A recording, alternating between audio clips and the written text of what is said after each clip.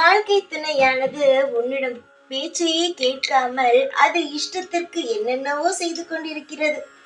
நானும் பார்த்து கொண்டு தான் இருக்கிறேன் என்னென்ன செய்து கொண்டு இருக்கிறது என்பதை. உன்னுடைய பேச்சுக்கு ஒரு நிமிடம் கூட எந்த ஒரு மரியாதையுமே கொடுப்பது இல்லை தங்கமே. ஆனால் ஒன்றே ஒன்று சொல்கிறேன், மதிப்பு கொடுத்தாலும் சரி கொடுக்காவிட்டாலும் சரி உன்னுடைய கடமையிலிருந்து எப்பொழுதும் பின் வாங்கி விடாது. எப்பொழுதும் உன்னுடைய வாழ்க்கை துணையை நீ பத்திரமாக பார்த்து கொள்ள வேண்டும். ஏனென்றால் உன்னுடைய வாழ்க்கை துணையானது உன் பேச்சையும் கேட்கவில்லை, தன்னுடைய சுய பேச்சையும் கேட்கவில்லை, யாருடையோ பேச்சை கேட்டு ஆடிக்கொண்டிருக்கிறது.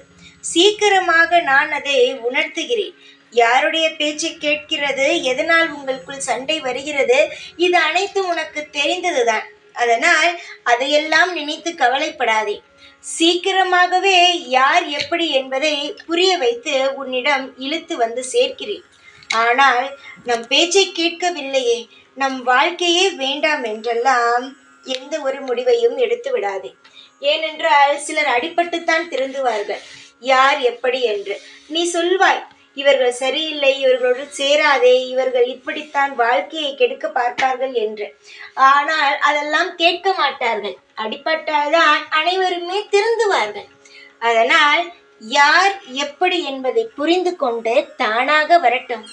அதுவரை நீ எப்படி தெரியுமா இருக்கிறாய்? எதையுமே காட்டிக்கொள்ளாதே. நீ கவனித்து கொண்டு மட்டும் இரு. தவறு செய்தால் நீ தட்டி கேட்டுக்கொண்டு தான் இருக்க வேண்டும் தங்கமே. உன்னுடைய வாழ்க்கை துணையை நான் சீக்கிரமாகவே அடுத்தவர்கள் எப்படி என்பதை நான் புரிய வைக்கிறேன். நீ என்னுடைய பிள்ளை. உன் வாழ்வில் அனைத்தும் நல்ல முறையில் நடக்கத்தான் போராடி கொண்டு இருக்கிறேன். நீ ஆனால் அதை சில நேரங்கள் புரிந்து கொள்ள மாட்டேங்கிறாய். அதனால் தான் இப்பொழுதும் உன்னிடம் வந்து சொல்கிறேன், எதையுமே நினைக்காதே, உன்னுடைய வேலையை நீ செய்து கொண்டே இரு என்று. உன்னுடைய வாழ்க்கை துணை மிக மிக நல்ல குணம் கொண்டவர் தான். ஆனால் என்ன, சிலர் பேச்சை கேட்டு தேவையில்லாத விஷயத்திற்குள் ஈடுபடும் பொழுது பிரச்சனையானது வந்து விடுகிறது. சீக்கிரமாக அனைத்து பிரச்சனைகளுக்கும் ஒரு முடிவை கட்டுகிறேன். உன் வாழ்வில் அனைத்திற்கும் ஒரு நல்ல வழி காட்டுகிறேன். நீ என்னுடைய பிள்ளை, அதனால் கவலைப்பட வேண்டாம். ஒவ்வொரு விஷயத்திற்கும் கவலைப்பட்டு கொண்டே இருந்தாய் என்றால் வாழ்க்கையில் உன்னால் எதையுமே சாதிக்க முடியாது. மற்றவருடைய வாழ்க்கையில் எப்படி நீ பார்த்து கொள்கிறாயோ அதே போல உன்னுடைய வாழ்க்கையையும் நீ பார்த்துக்கொள். அது ஒரு பக்கம் இருக்கட்டும், ஆனால் உன்னுடைய வாழ்க்கையையும் நீ பார்க்க வேண்டும். புரிகிறதா? நீ என்னுடைய பிள்ளை, எல்லாவற்றிலும் கவனம் இருக்கட்டும். உன்னுடைய குடும்பத்தை நீதான் காவல் காக்க வேண்டும். யார் எந்த வழியில் செல்கிறார்கள், யார் எப்படி இருக்கிறார்கள் என்பதை நீ மட்டும்தான் கவனிக்க முடியும். புரிகிறதா?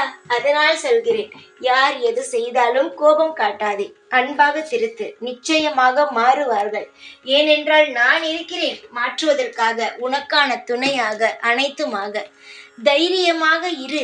எப்பொழுதும் எந்நாளும் என்னுடைய பாதுகாப்பு உன்னை சுற்றியே இருக்கும். ஓம் சாய்ராம்.